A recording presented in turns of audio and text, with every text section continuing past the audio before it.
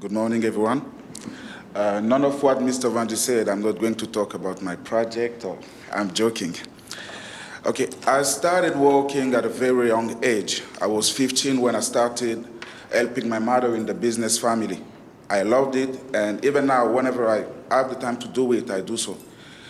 When I was studying law, I got my first internship through networking because there is no placement system, there is no PSU, there is no a rescue team in my country. You have to find your own internship, and I found it through networking. In 2012, I got selected by Rainforest Foundation to work in a project to promote indigenous people and forest dwellers communities' rights. And I got this because of networking. In 2015, I unexpectedly got hired to work as a consultant for United Nations Development Program, and was because of networking. It doesn't mean that I cannot perform in my area well. It just meant that I was at the right time, at the right place at the right time. And pulling myself away, I'm wondering what would have happened to me if I didn't have the opportunity to have that networking. What is happening to thousands of people in Central African Republic who are looking for opportunities but who don't get them? What is happening? And whatever I achieved in my life was about networking.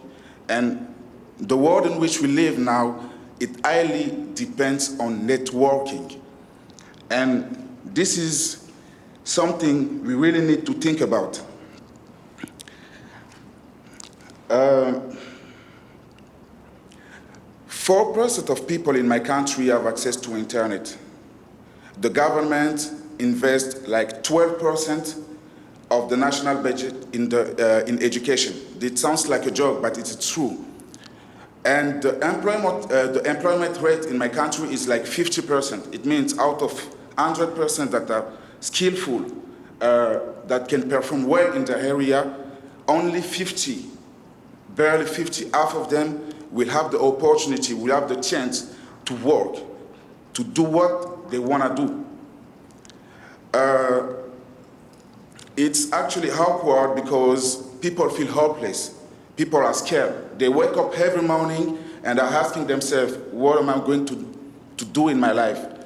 How can I feed my family? Should I turn to violence? Should I turn to drugs? Should I turn to alcohol? And this is what is happening in Central African Republic. People are fighting, people turn to alcohol, to drugs, and I have some regrets about that. 4 months ago, one boy came to my mother and he was looking for a job. He's a student, and my mother came to ask for my opinion. She told me about the story of that boy. He's a young man, talented boy, and he's doing law. He's doing his first year in law, actually. And he was asking for $40 pay only, even if it's to be a watchman. He was just looking for money to support himself, to pursue his study. And I told my mom, why not? And one night I was working on my laptop alone, and that boy came to me, and he started speaking, and he asked me in English, knowing that my country back home, we don't speak English. I come from a French background.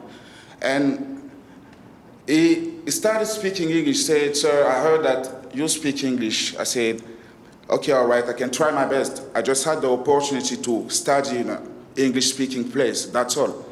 And he started speaking amazingly. And he come from a remote place. He didn't have access to internet, and I'm sure if he heard about MWF, Mandela Washington Fellowship, he would have been part of us today. But he didn't have this opportunity. And he's just struggling. He's just trying to protect his dreams, his passion. And how many boys like him can protect their passion? How many boys like him are strong enough to keep faith? That's the real question we should ask ourselves. We need to create passion. We need to protect passion. We need to protect faith. We need to protect skills. One gentleman asked me one time, boy, are you really proud of being African? Look at your governments in Africa. Look at what is going on in Africa. Do you think that you are proud, you can be proud of what is going on in Africa, you can be proud of your identity? I said, there is nothing about being proud. It's not about pride, because I didn't choose to born in an African family. I didn't choose my color. I would have born a girl. I would have born, in a rich family, in a poor family. I didn't choose that. But what I can do, the only thing I can do, is to assume who I am. And this is what I'm doing. This is why I stand here to talk for the silent majority that is suffering, that need some equal opportunities, that need access to opportunities in Africa. Thank you.